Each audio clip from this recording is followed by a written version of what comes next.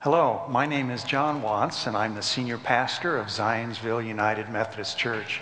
And our congregation has a long history in Boone County and in the town of Zionsville that has stretched all the way back to 1854. Through those years, our congregation has grown. And we've moved, we've relocated several times. And most recently, 10 years ago, we moved to our current spot in our current location to better serve the community and the people of our congregation. Now, as I said, we do have a long history, and through that history, we've identified our mission as a Christian community to be lifting the human spirit, to be touched by the Holy Spirit. We also have seen recently that we have a great opportunity because in 4 years we're going to be celebrating our 175th anniversary as a congregation. We want to do something significant to honor that. And so we're going to launch a new capital campaign to completely eliminate all the debt that we have on our building and our facilities. We believe that that's going to better equip us and position us to do even more programming, more mission, and more service in our community. I've asked a couple of our church families to share a little about this congregation and what it has meant to them and their families and how it has lifted their spirit to be touched by the Holy Spirit. I'm inviting you not only to listen to their stories, but to consider how you might get involved in a capital campaign. And also to ask you to join with all of us to continue to be the kind of Christian community that will shout the gospel, not just to our people, but to our community and to our world. Good morning. I was asked if I would speak to the group here this morning, and I tried to run away and hide, but they caught me. So I thought what I'd do is just briefly touch on Susan and my journey through the church to this date with all of you. Some of you were here all that time, and there's a lot of new faces out there now. I'm not sure exactly the year that Susan and I first started attending this church. I didn't have these. And I didn't have this color hair. And Bob, you were the pastor back then, and you and Bernice led the church back then. We had 2 small children, and came here thinking, we need to start going to church again. I had grown up in a disciples church, and needed to get back to church for these children. And funny thing happened. I got so much more out of it than I thought I was doing it for them, and actually I was doing it for myself. And I think Susan could say the same. When I was a young man, I enjoyed being around older men. I enjoyed being around my father and his friends. We played a lot of golf together. We played a lot of baseball together. And I lost him suddenly, and it was a difficult time for me. I had 2 small children. I didn't really have anybody to go and ask questions and for guidance. And so we were here, and I joined the usher team. And there were some men on that team that they didn't know it at the time, but they were really helping me through a difficult stage in my life.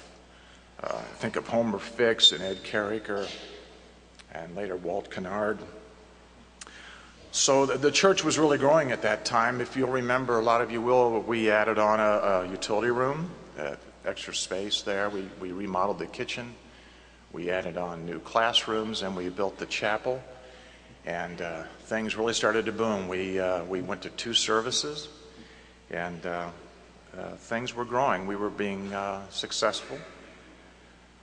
And then they started this new service. We went to 2 services, and they had the children's hour in between. And Susan and I really thought, well, we'd go to the same time that the children could be in Sunday school. So we had this new service started with Greg McGarvey was our pastor at that time. And it was in the chapel. There must have been all of 20 people there. And we had this rock and roller with a keyboard up there playing music. And I looked at Susan, I said, what are we doing in this room? That was Doug. And that service went from about 20 to 25 people to what you see here today. A great story. And then that grew so much that they pushed us out of that chapel, Doug, and we had to go into the sanctuary, and we started filling it up. And then I think we were at 3 services at the time. And the question finally came up, well, what are we going to do? We're bursting at the seams here, and if you don't think, I'm going to, Eric Berkhammer's idea said, have everybody from these 2 sides move into the middle, and you could kind of get a feel for what we were facing at the time. Are we going to renovate? Are we going to add on? What are we going to do? And we really didn't know. And a bunch of us were sitting around one evening and thinking about it, praying about it. And somebody just said, have we ever thought about moving? And the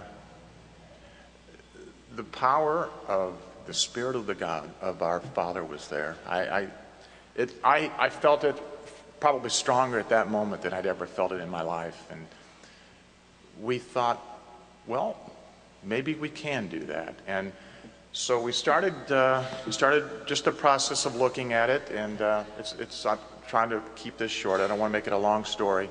We started going around looking at land. And if you want to see your life flash before your eyes, get in the car with Eric Berkhammer. Where are you, Eric? Driving us around here and out into the country looking for places where we could possibly go. And then all of you know the story that Lester and Alice Bradley, well, Alice had passed away. Lester stepped forward. Lester's farm right across the street, and this was his land where you're sitting today. And he donated this property to us so that we could build the church here. And we've continued to grow since that time. And here we are today, about 11 years later. Another way the church touched me was 3 years ago. I went from a high of seeing my first grandchild, and about almost exactly a month later, a low of I lost my mother. And it had been a long struggle for her, and she honestly was I think, happy to go to a better place. The night before she died, I was sitting at her bed. She couldn't get up anymore and wasn't eating, and I heard a familiar voice out in the hallway singing. And I looked outside, and there's Doug again with other members of this congregation, other members of the choir, singing to those folks in that home. Thank you, Doug. There are some wonderful people in this congregation, and I'm proud and honored to be a member with you. It is about the capital campaign, I know, and each of us is going to be asked to participate in some way. I guess what I ask is that we remember those that have come before us. I see a lot of young faces. Remember those that are going to be here after we're no longer here. My thought and my prayer is that you'll think about it. You will ask for guidance. Listen to your heart. Make your decision. And then be at peace. And God bless you. Thanks, John.